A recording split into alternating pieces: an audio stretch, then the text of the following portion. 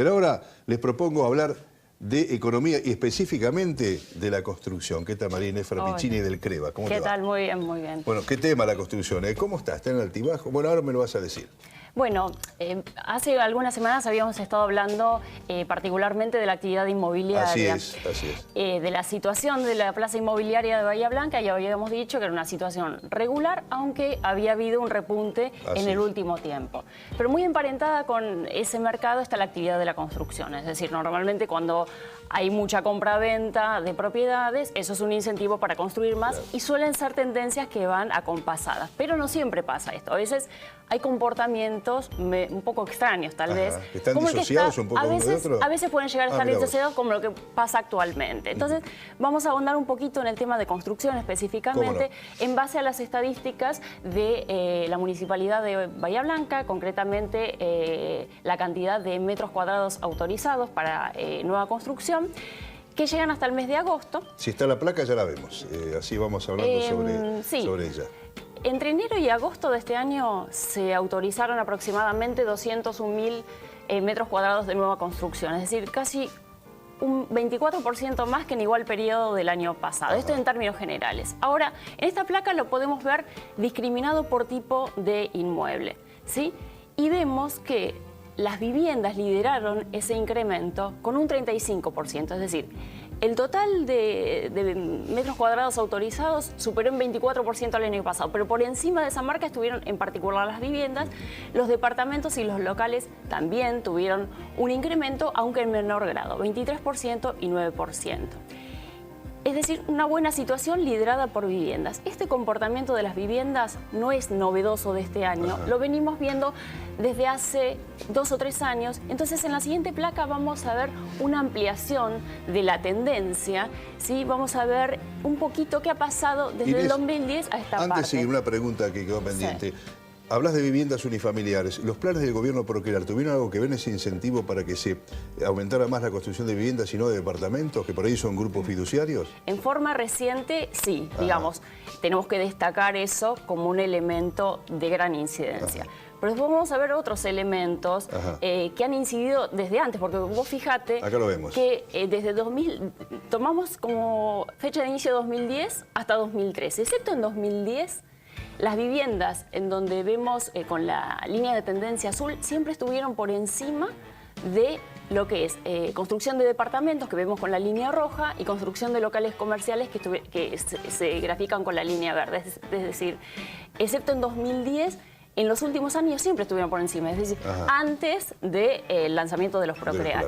¿Y con qué tiene que ver esto? Y con que básicamente, digamos, la construcción en vivienda se consolida como una atractiva alternativa de colocación de ahorros e inversión en un contexto donde la compra de divisas está condicionada por el cepo cambiario, donde las colocaciones financieras rinden tasas de interés por debajo de la inflación, donde las tenencias de saldos monetarios se diluyen por la propia inflación. Entonces, ¿qué encuentran los particulares? Que volcar su dinero a la construcción, es decir, a un inmueble, es una buena alternativa. Porque el inmueble, en el peor de los casos, sigue la inflación o inclusive puede generar un rendimiento más alto. Es decir, en el último tiempo está pasando esto.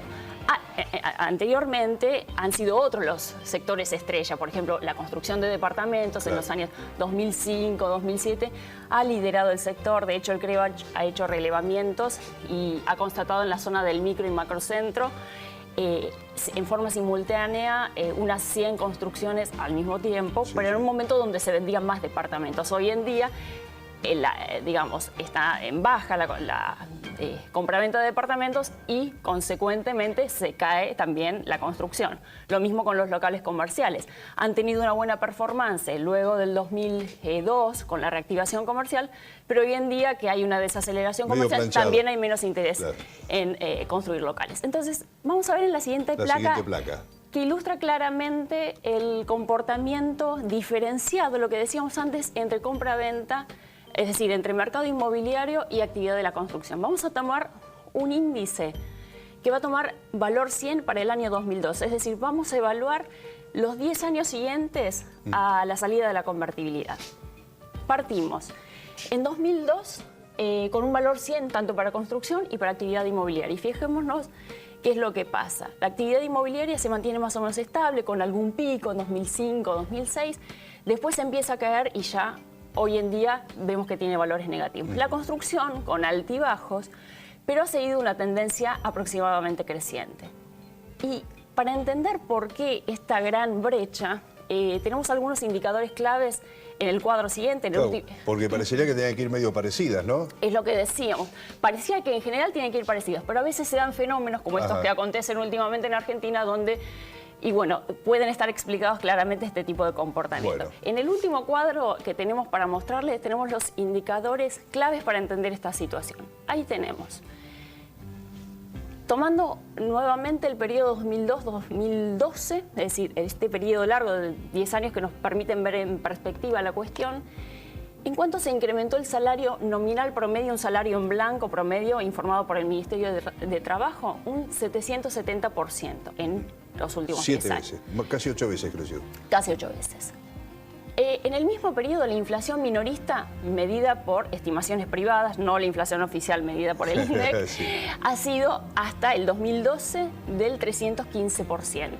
Importante, pero por debajo del incremento salarial. Es decir, ha habido una recomposición salarial importante en los últimos años, aun cuando la percepción de uno no sea tan así. Esa, sí. Porque, ¿qué pasa? Por ahí hay capítulos como alimentos o bienes de primera necesidad avanzan más que la inflación, entonces la percepción es que uno no ganó tanto en poder adquisitivo. Pero en términos generales, el salario real aumentó un 110% en ese periodo. Y al mismo tiempo, ¿qué pasó en ese periodo? El costo de obra promedio, es decir, el costo de construcción estándar promedio, aumentó un 460%, por encima de la inflación, sí, pero por debajo del incremento salarial. Es decir, la recomposición salarial le ganó al incremento en el costo para la construcción. Y paralelamente, la cotización promedio de un inmueble en pesos, a partir de la disparada impresionante, claro, con el cepo cambiario y la disparada del dólar en paralelo, aumentó en ese periodo un 1100%. Entonces, ¿en qué se traduce esto? Fijémonos, en el 2002, con un sueldo promedio, una persona podía comprar 1,26 metros de inmueble. En 2012, con un sueldo promedio se puede comprar 0,88 Compra metros. Menos. Compra menos, un 30% menos. Es decir, se le deterioró el poder adquisitivo del salario un 30%. ¿Qué pasó con la construcción? En 2002 se podía construir con un sueldo promedio 1 metro cuadrado de propiedad. Y en 2012, a fines de 2012, se pudo construir 1,55 metro. En promedio puede haber factores que se salgan de esta media, pero en términos generales, es decir, que el salario con respecto a la construcción ganó, digamos, poder adquisitivo alrededor de un 50-55%. Entonces esto explica por qué el interés en la construcción y el relativo deterioro en la actividad inmobiliaria. Es decir, las cifras, digamos, o las tendencias que vemos de alguna manera reflejan esta situación. Entonces, bueno, para concluir, en la última plaquita tenemos las ideas principales para clarificar. Sí.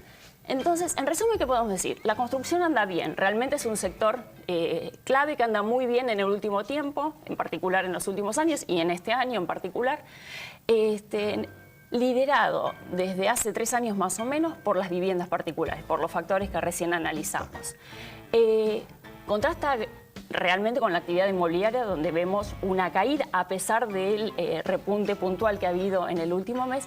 ¿Y qué explica esto? Bueno, la recomposición salarial que le ganó, digamos, al avance del costo de la construcción, el atractivo que presentan para los particulares en ausencia de otras alternativas, esta forma de colocación de ahorros, alentada por el cepo cambiario en parte, y como dijimos al principio, sobre todo en este año y desde el año pasado, la incidencia de los créditos oficiales en Procrear. Muchas gracias, María Inés Frappicini de Creva, explicando por qué pasa esto en la construcción y en el mercado inmobiliario.